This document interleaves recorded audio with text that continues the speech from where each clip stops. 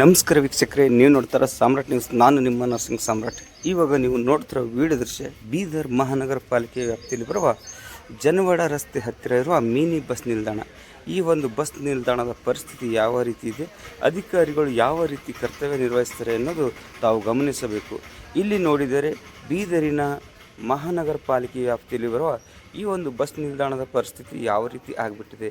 ಇಲ್ಲಿ ಯಾವುದೇ ಅಧಿಕಾರಿಗಳು ಇದಕ್ಕೆ ಗಮನ ಹರಿಸ್ತಾ ಇಲ್ಲ. ಸಾರ್ವಜನಿಕರು ಇಂಥ ಒಂದು ಪರಿಸ್ಥಿತಿಯಲ್ಲಿ ಕೂಡುವುದು ಬಂತಲ್ಲ ಎಂದು ಸಾರ್ವಜನಿಕರು ಗೋಳಾಡುತ್ತಿದ್ದಾರೆ. ಇಲ್ಲಿ ಯಾವ ರೀತಿ ನೀರುಗಳು ನಿಂತಿದೆ, ಯಾವ ರೀತಿ ಬಂಡೆಗಳನ್ನು ತೇಲಿದೆ ಅನ್ನೋದು ತಾವು ಗಮನಿಸಬೇಕು.